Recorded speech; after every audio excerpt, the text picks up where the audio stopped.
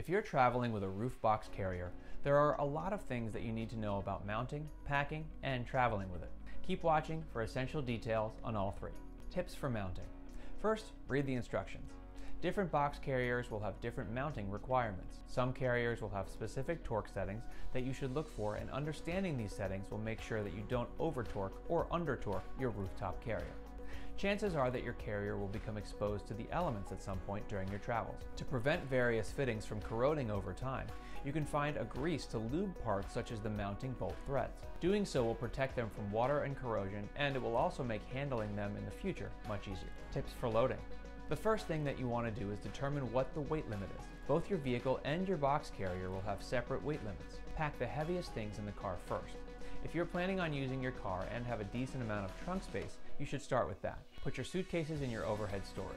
Most rooftop storage boxes are designed in a way that makes them perfect for suitcase storage. If you can fit your suitcases up top, you have all the trunk space you need for the rest of your items. Put your sports equipment up top. If you're traveling for a sports-related reason or are simply taking your gear with you, these things are often better in an overhead storage box. Distribute the weight evenly. Weight distribution is a key element of knowing how to pack a roof box carrier. If your storage box is heavily weighted down on one side, it could be a problem, and it might also result in a lot of sliding around. Take advantage of any straps or holders. Many storage boxes will come with various straps or holders on the inside, and you can use these to secure certain items. As an added precaution, you might want to consider wrapping certain things in plastic bags, especially if they're valuable.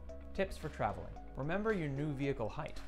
Once you add a storage box to the top of your car, you may not be able to access all of the places that you could before. You might want to keep this in mind when you are entering parking garages, residential garages, or carports, and even drive-through restaurants. You should also know the weather conditions. If you weren't planning on wrapping items in plastic or strapping your cargo box, you may change your mind once you check the weather. If the weather on the way to your destination calls for heavy windstorms or rain, you can prepare for these conditions before you leave, rather than get caught by surprise and potentially run into problems. Many cargo boxes, including soft roof bags, are 100% waterproof, which will certainly help in inclement weather conditions. Maintain proper tire pressure.